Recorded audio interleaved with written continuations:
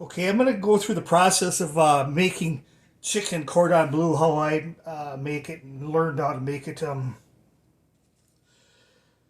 Several decades ago, obviously, I did go to chef school, and when I was when they were teaching us how to make it, it was made with thigh meat rather than breast meat. Um, I don't know if that's traditional or not, but I kind of think it was, um,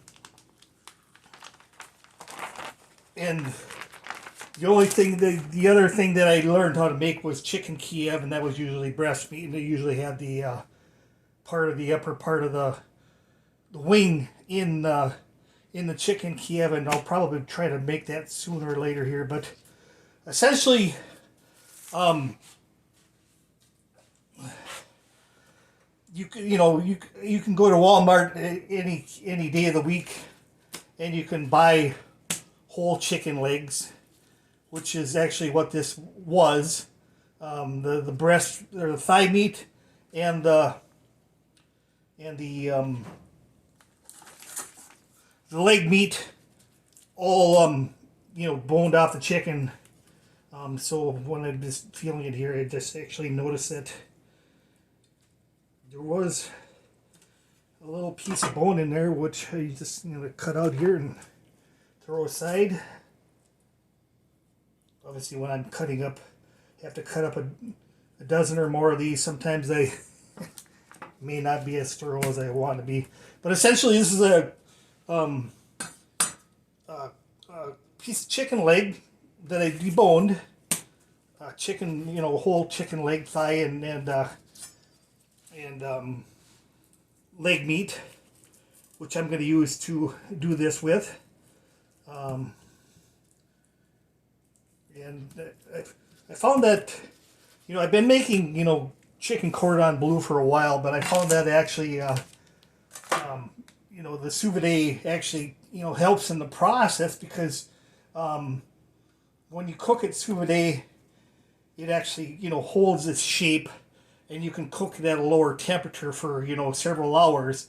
And, all the stuff you put inside of it, the ham and the cheese and stuff like that, um, isn't oozing out when you cook it. So essentially, I've mentioned the meat and stuff that I'm going to use thigh meat. You can use breast meat. You can just basically take a chicken breast. You can cut it in half or butterfly it, and you may have more surface in this to actually put your stuffing in there, and the rest of the process is the same. But in chicken cordon bleu, you have options. This is actually Swiss cheese, which I'm not going to use. Um, you could also use shredded mozzarella cheese, which I'm not going to use. Um,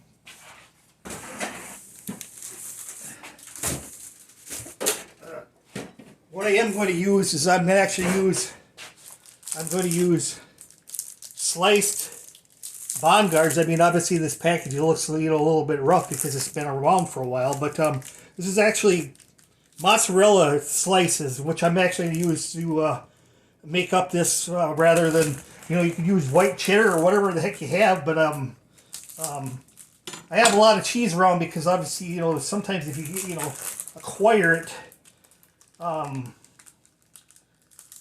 if it's sealed well, and you have space for it in the refrigerator, you can keep it in there for years. The reality is that the only thing that's actually going to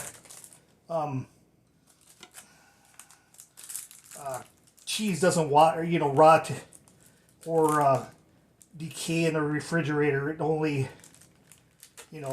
that's because that's how they usually age it is in a cool environment. So there's no problem with it having it stored in the refrigerator for years because obviously this as long as the air doesn't get to it, the mold doesn't start to grow on it. Even though some types of mold are actually like on blue cheese are actually beneficial to the cheese process. So all I'm going to try to do here now is just separate the cheese because I don't want to have more than maybe 2 slices on there. So what I'm going to do is I'm going to actually be using this later in the process, but take myself a little bit of saran wrap or plastic wrap to put the cheese on until I get around to putting it together.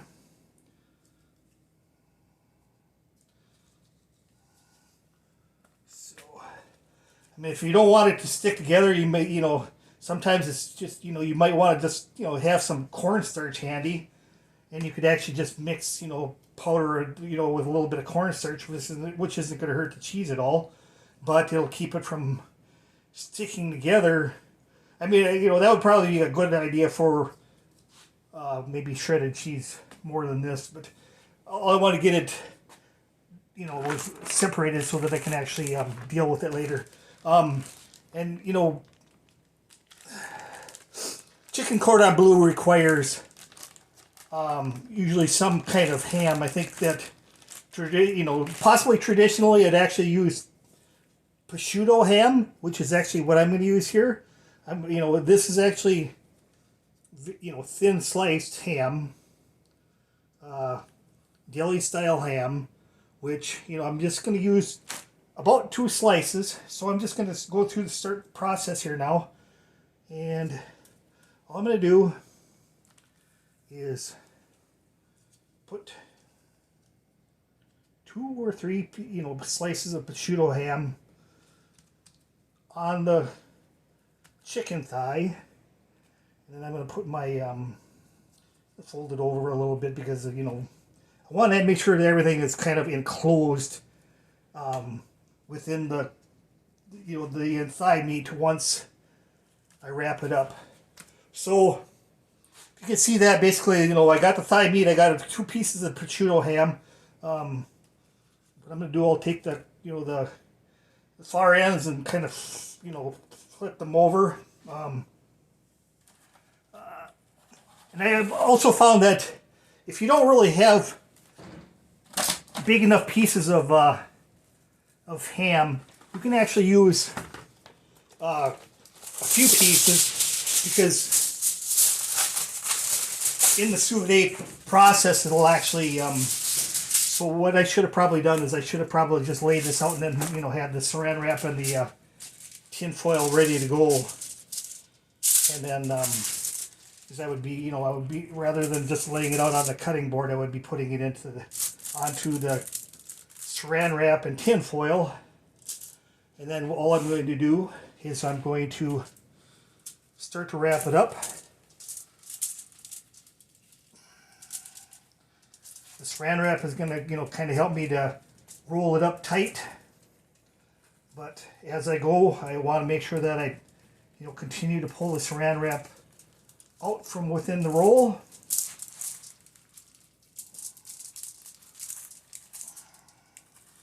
And then as it, I guess I'm going to go back here again.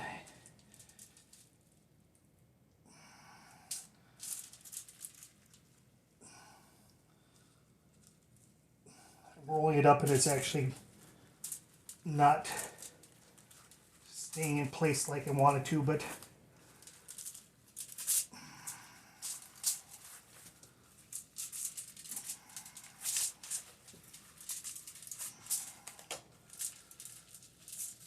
so once I got it rolled up,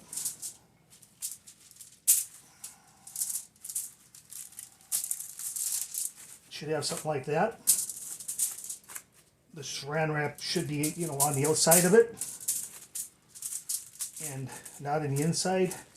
So you just want to, kind of try to tuck in the ends a little bit and continue to roll it up. And then really we're going to just have something that we can actually roll up or tighten the ends. So essentially the meat and cheese, it did actually kind of pop out there, but I'm not going to worry about that too much because in the end it's probably not going to make much difference.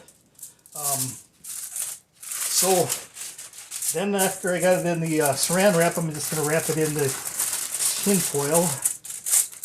And the whole reason for doing both of these things is, you know, I just want to make sure that everything is tightly packed in the whole thing. So you could possibly just take this roll. It's ready to go. It could possibly be ready to go in the sous vide, but I don't usually do that. I just basically, this is actually the beginning of the prep, and so I'm sorry, excuse me, but this is the beginning of the prep. So I'll take this chicken cordon bleu, and then I'm going to freeze it. And then after it's frozen for a while, then I can, guarantee that if the integrity of the shape of this thing is going to be, remain the same once, it's been cooked for, like I usually do it. I've been doing it at 130 degrees for like 2.5 to 3 hours. And, obviously at the end of that time, something this small is not going to be raw anymore. But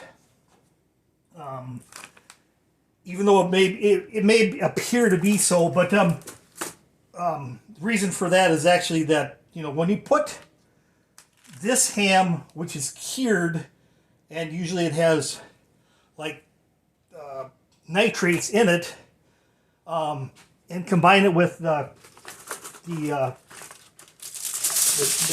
chicken that doesn't have any nitrates on it,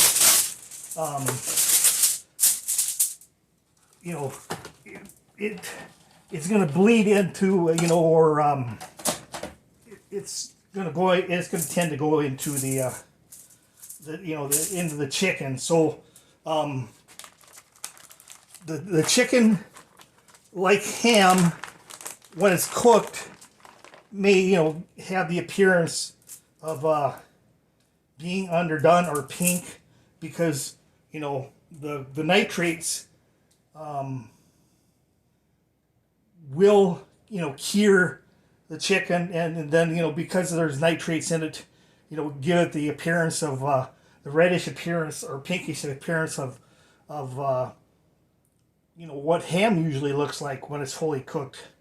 Ham is never raw when after it's cooked to the or cooked to the temperature. I don't know what that is. I can't really tell you, but it's obviously probably in the, over 140 to 150 degrees to be completely cooked.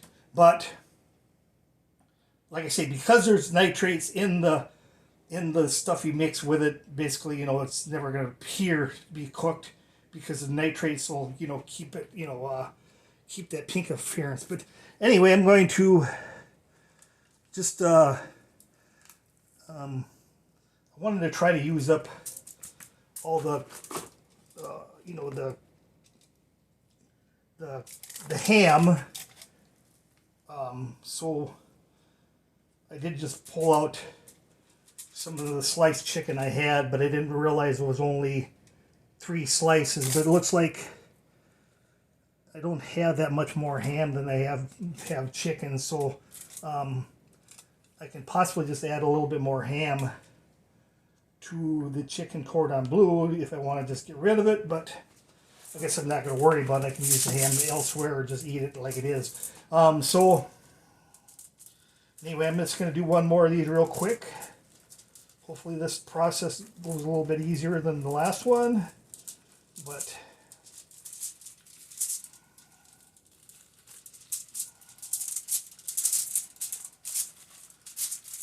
okay, so you can see that pulling the saran wrap away from the underneath the meat as I wrap it. Whoops.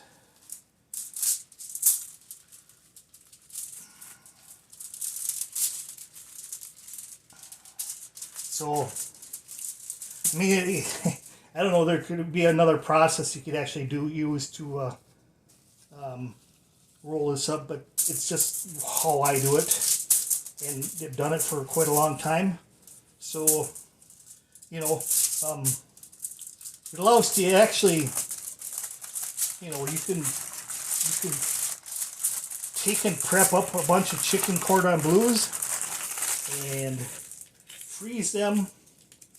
And the nice thing is that you can just take them out when you want to cook a couple for a meal. And because all of these, they just basically go from the freezer into the sous vide, at 130 degrees. If you decide you want to do it at a higher temperature, it's your choice. I think that other recipes have called for 140 or better, but the reality is I'm pretty sure that by the time I take these out at 130 degrees for, like I say, close to 3 hours, they're pretty much cooked all the way through. I just don't want them to be overcooked because at the end of the process, I basically bread the chicken cordon bleu and then deep fry it. So, and that's partially also to warm it up. But you'll find that actually after you take these frozen ones and put them in the sous vide and then you take them out after 2.5 hours and cool them off, you can unwrap them from, all this stuff that they're in, and they'll basically be in a roll. And, they won't, most of the stuff that was put in them, wrapped in them will be tightly condensed, but, nothing will leak out when you or usually nothing will leak out when you bread them and fry them. So that's kind of the hard part of the whole point of this. So got one last one to do here. Like I say, you can actually use, this piece looks like it's a little small, so I'm going to try to see if I can butterfly it out just a bit.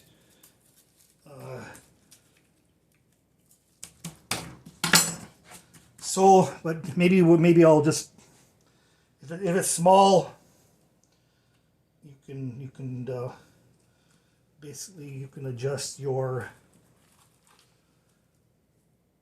amounts in it. Because, or what you could do is you could take, if you had another thigh, you could actually, just add that on and extend it further so you could actually, have more filling in it. But in this case, because this is all I have, I'm going to just go with dealing with what I have. And so I can actually get this done.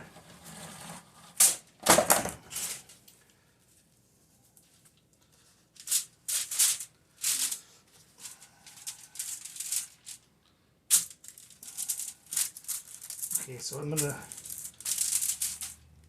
just gonna put that at the end, the little chunk, because I guess I didn't mention it, or I may not have mentioned it, but obviously if you extend them, by having 2 individual pieces of thigh meat, those 2 pieces of thigh meat, are going to adhere to each other when the cooking process is done.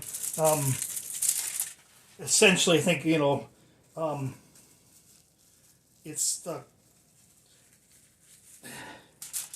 gelatin. I think it was originally made from basically animal byproducts like bones and so forth and so on. So even though you don't because there's no cartilage or that kind of stuff on meat, there's still a certain amount of gelatinized product that actually is produced when the stuff is cooked. It is that plus the meat getting firm that actually keep everything tightly bound together. But so I actually made 3 more future chicken cordon bleu. Well, actually, I don't know what you, but anyway, it's going to be,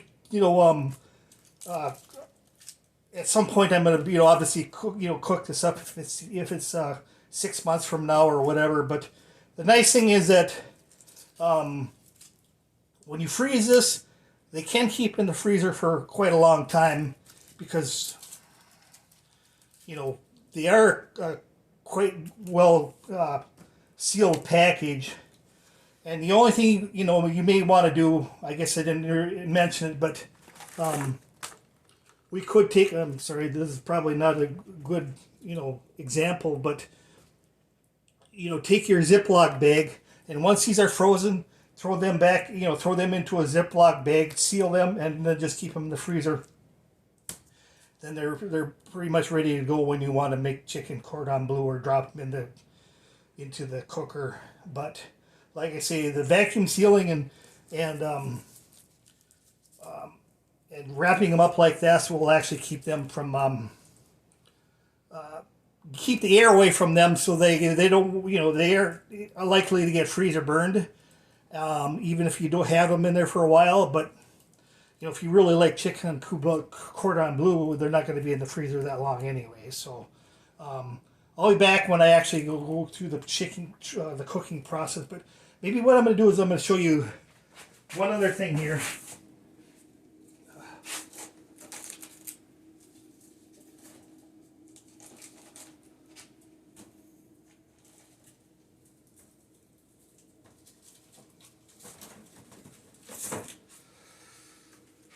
So this is actually one that I actually had frozen. I don't have it vacuum sealed, because sometimes I end up just vacuum sealing it just before I freeze it. But this is actually ready to go, and so I could vacuum seal this and drop this in the sous vide and cook it, and then take it out, and then the process. I mean, you can't eat it like this directly after it comes out of the sous vide, but traditionally, chicken cordon bleu, chicken Kiev, and all that stuff is usually breaded before it's eat. So I usually bread it, and I like to taste the having the breading on there.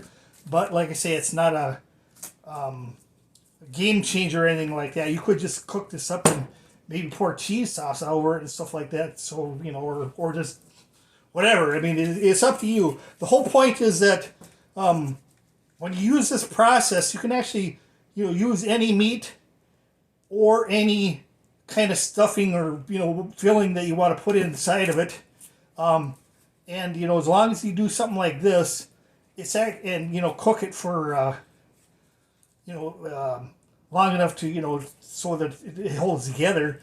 It's going to turn out just like these will when they're done. So anyway, I'll be back with you when I get to the next process.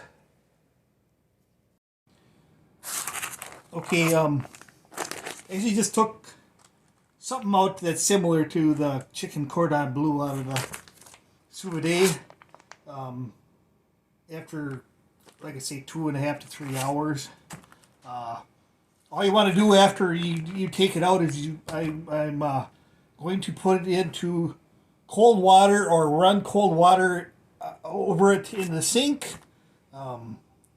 Usually I just put something in there that kind of plug it so that some of the water can run out, and so it's replaced with cold water all the time. But this is Minnesota also, and if it was we actually had any snow on the ground this time of year, I could just throw it in the snowbank for a while, which would be just fine too, to cool it off. But essentially, because it's not that cold out yet, I'm going to just put it in the sink and run cold water on it until it feels cooler to the touch.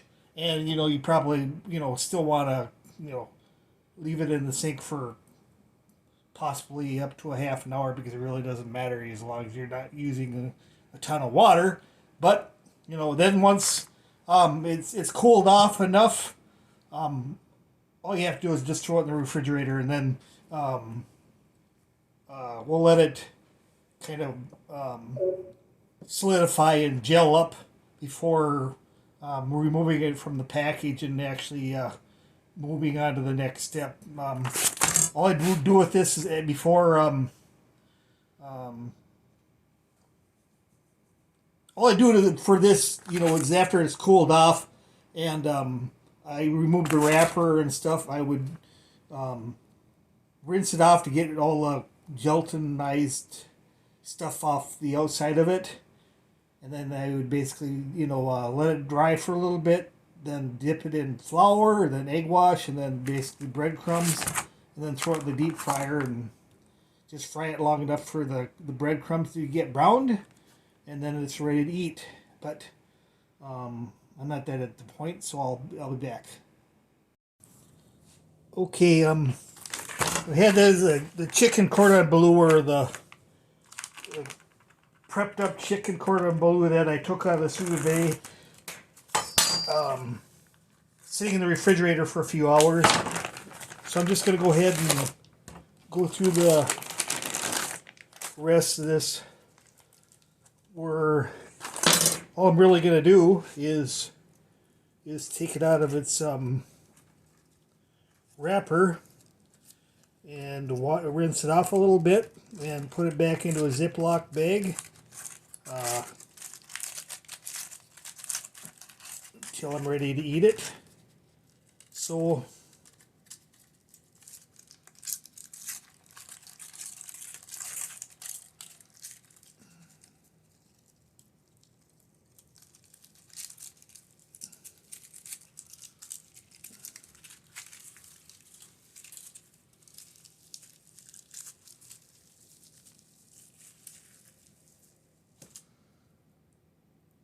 you can see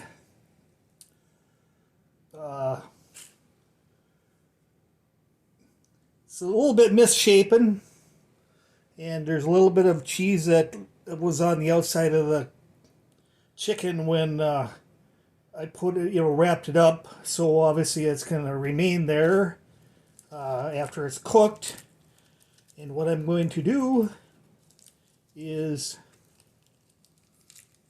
to take both of them and just rinse them off under water to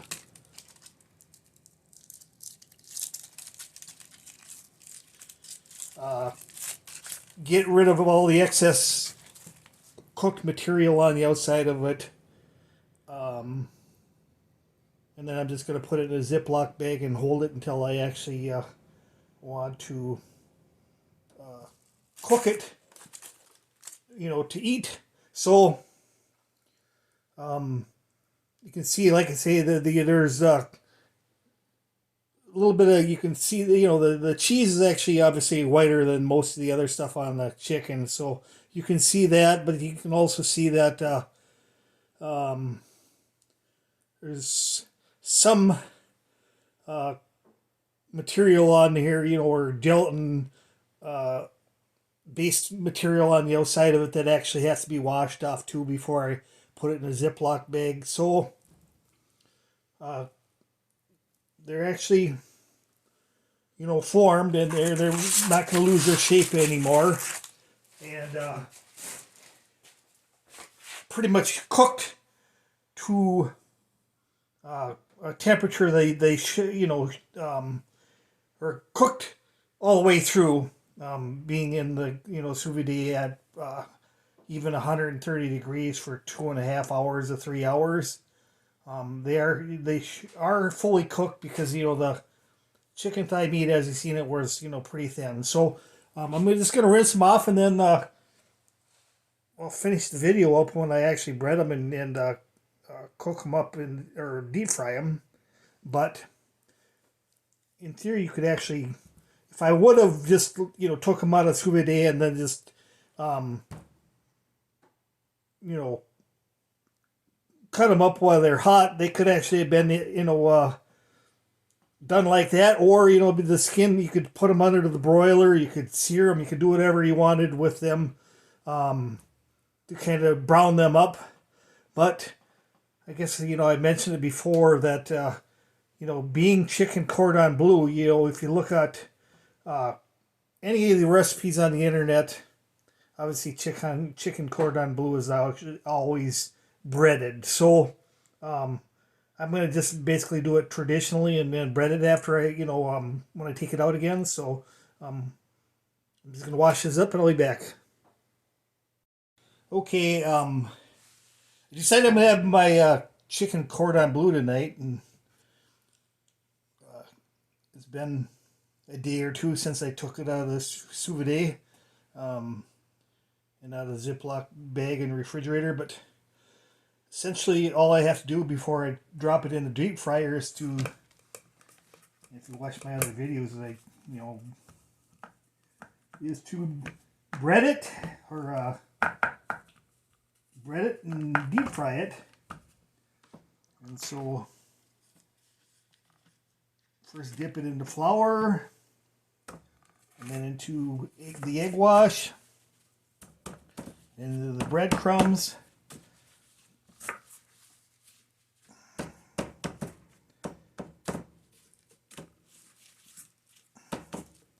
Just try to make sure you get all surfaces coated. And as I've done before, I'm going to try to dip it in the breadcrumbs more than once. Not, like I say, not that it's going to do any good, but it doesn't hurt anything either, so.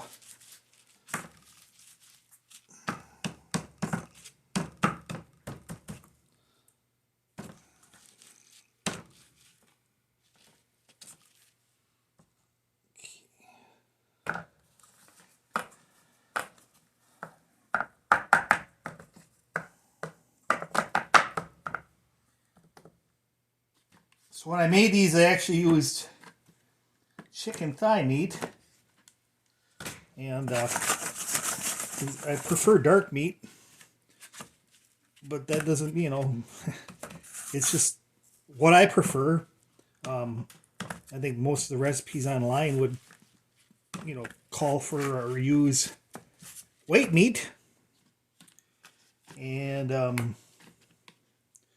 there might be another reason why you want to use white meat rather than dark meat. I can show you that once I take it out of the fryer and cut through it.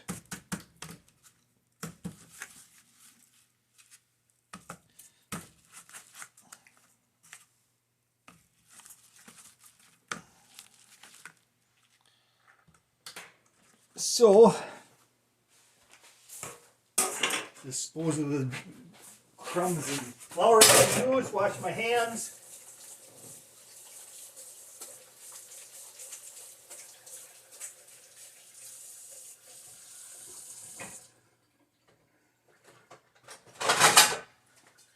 I need a plate to put them on. Drop them in the fryer.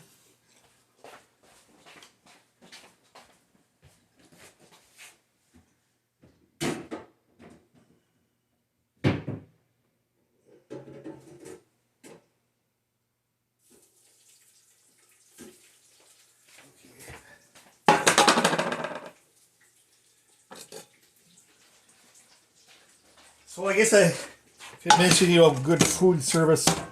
If I use this plate to, with raw, or it is cooked chicken, but we can just assume that it might have been, raw. And so, rather than, putting them back on this plate when I take them out of the fryer, I'll just use a new plate. But actually, there may be some, bacteria that was growing on it, before I took it out of the refrigerator.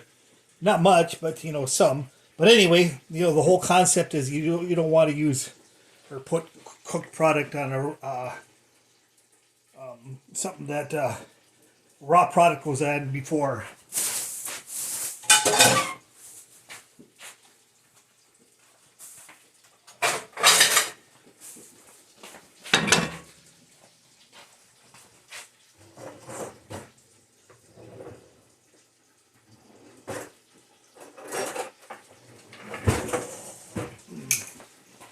The deep fryer was at 375 degrees before I put the chicken in there, which is the highest temperature to actually support.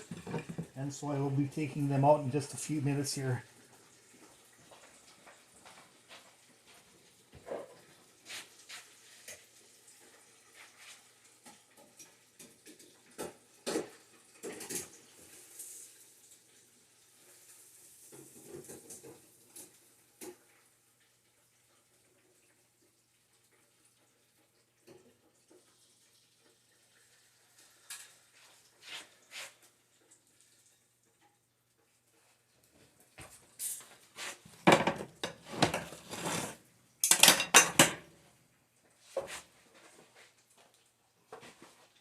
Okay.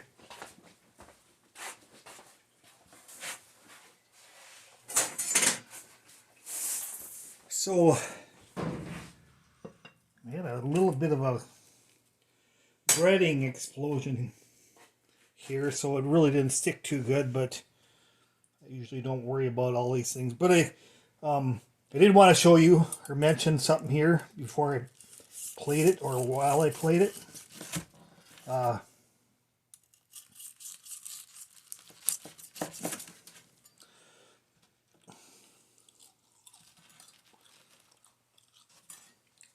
As you can possibly see, the it's wrapped so tight that this pink stuff, which is actually the ham, looks like it's just raw chicken because it's wrapped so tight, and then silhouetted against the dark meat, and in addition, because this is prosciutto ham, it's actually raw ham. That's well, it has a lot of nitrates in it, basically to keep it preserved while it's actually you